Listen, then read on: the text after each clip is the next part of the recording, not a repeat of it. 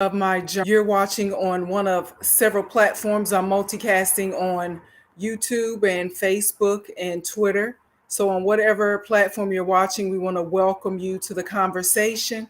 If you are new, thanks for joining us. Be sure to like, share, and subscribe so that when I post new videos, you'll be the first to know. And if you are returning, we want to thank you for your support.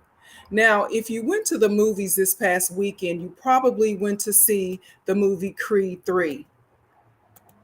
It grossed over $22 million on its opening Friday night. Now, you might have expected to see Sylvester Stallone playing his original Rocky character, now acting as boxing coach and mentor to Michael B. Jordan's Adonis Creed character, but Sylvester Stallone didn't appear in Creed 3.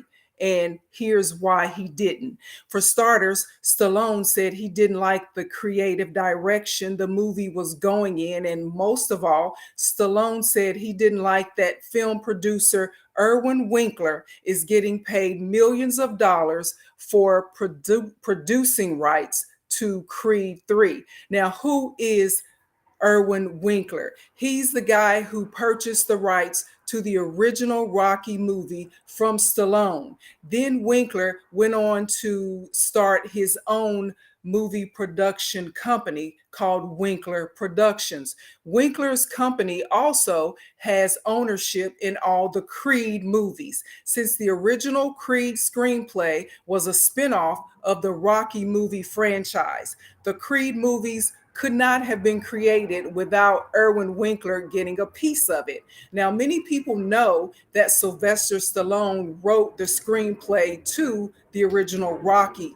and he starred in the movies. What some people don't know is that Sylvester Stallone sold the screenplay and the rights to the Rocky movie to Irwin Winkler in the 1970s for $100. Yes, $100. Now, Irwin allowed Stallone to get producer credits for the original movie and the sequels.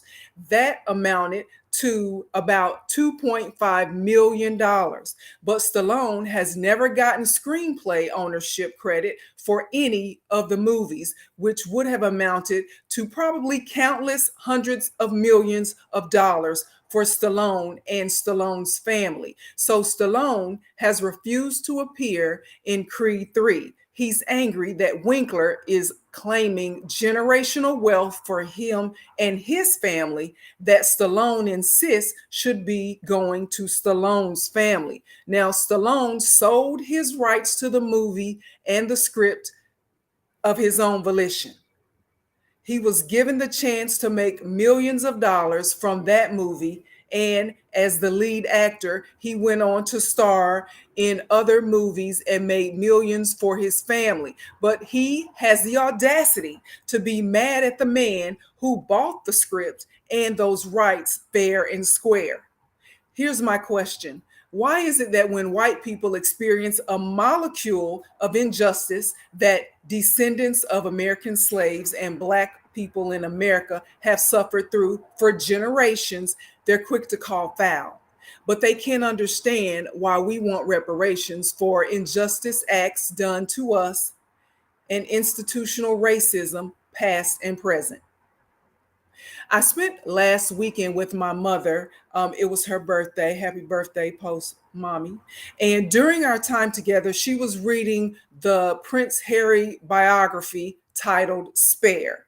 Now, someone asked her what the book was about, and she said it was about the fact that Prince Harry said that his only reason for being conceived and being born was to act as a fill-in for his brother Prince William, next in line and heir to the King of England, the throne of England.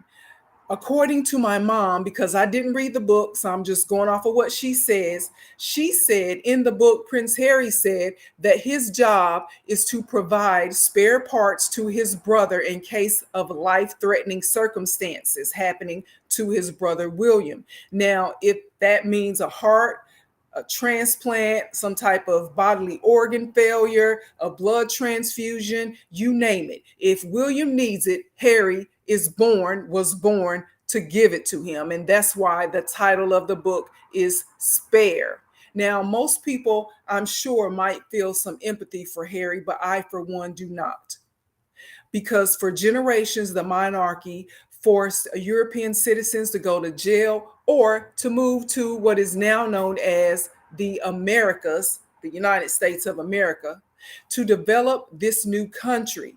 Then, when those vagabonds turned out to be too lazy and not smart enough to develop the land on their own, the monarchy sanctioned the institution of slavery and got paid off every slave and other import and export goods in and out of America.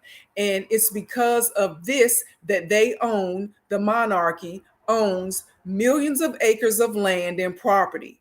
And it's because of this that Prince Harry and his children's children will always have generational wealth, no matter how bad he feels or no matter how many books he writes in an effort to absolve himself of being guilty by association.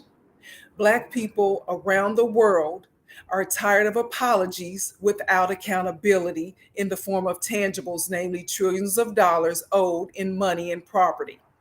Stop writing books and start writing checks. They want you and me to shut up and entertain them. Stop reminding everybody of the debt that is owed. That's what they want us to do, to stop reminding you and everyone of the debt that is owed. But I can't stop and I won't stop. And I hope that when you get the mic and you have people's attention, whether it's on across the country, across your neighborhood, or just in your house, I hope that you don't stop either. And that's all I have for you tonight. To find out more about the things that I care about, you can go to the written version of my journal. It's at eurweb.com. Thanks.